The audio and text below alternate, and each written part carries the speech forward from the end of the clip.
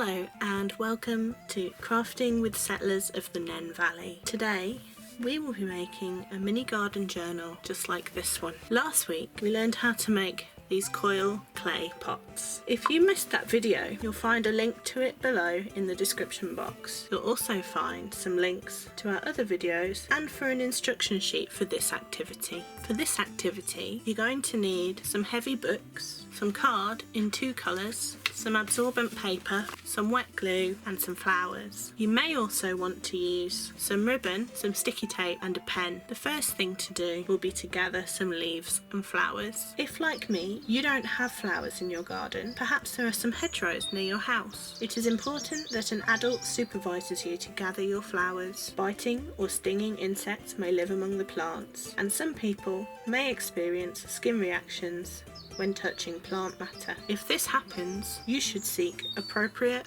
professional advice. Throughout history, settlers in the Nene Valley have grown plants for a variety of reasons. Willow was used to construct wattle and daub homes. Other plants, like flax, were used to produce linen, which would have been coloured with plant-based dyes. Many plants were grown for food. Peas and beans were a staple, and these would have been dried, so they were available to eat throughout the year. Other plants, like this lungwort, were used in medicines to treat people with breathing disorders. Next, we're going to press our flowers. You'll need one of your books and one of your pieces of absorbent paper. Take your flowers and start to choose which bits of them you want to press and lay them on top of your absorbent paper. You can try pressing flowers in different ways. For example, you could lie your buttercup on the page like this, or you could take away the stem from your buttercup and lie it on the paper like this.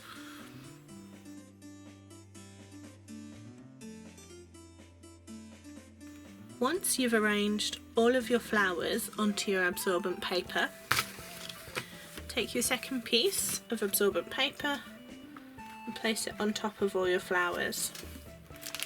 Then take a second book and place it on top of everything else. If you want to add more weight to your stack, you can put more books on top. You're going to need to leave this somewhere warm and dry for 4 to 7 days. Now that you've gathered your leaves and flowers, it's time to prepare your journal. Take a piece of card and fold it in half. Then, with your second colour of card, cut 2 pieces that are just slightly smaller than the piece of card you've just folded in half. If you're using ribbon, cut your ribbon into 2 equal pieces. Then, use your sticky tape to stick 1 piece of ribbon to each of the smaller pieces of card. The next thing to do is to use a small amount of wet glue to stick your 2 pieces of card together. When you're using wet glue, the more you apply, the longer it will take for the glue to dry, which means your project might get sticky and wrinkled. When you stick your coloured card inside the larger piece of card, make sure that you leave it so that the sticky tape is not showing.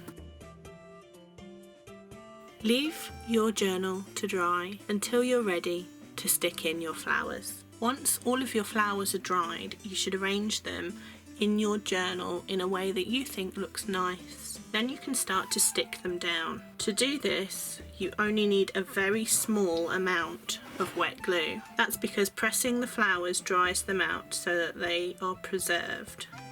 If you add lots and lots of wet glue, your flowers may become wet again, and this will cause them to discolour and possibly go mouldy. Once all your flowers and the glue have dried, you might want to write in your journal. For example, the names of the plants if you know them. Thank you so much for watching our mini garden journal project video. We hope you enjoyed that activity. This is the final video in the Crafting with Settlers of the Nene Valley series, but there will be plenty more Settlers content coming to the YouTube channel very soon. If you don't want to miss out, subscribe to our channel to receive notifications. In the meantime, why not try one of our Settlers activity packs? You'll find the link to these packs in the description box below, and we hope you enjoy them. Thank you so much for watching. Take care. Bye bye.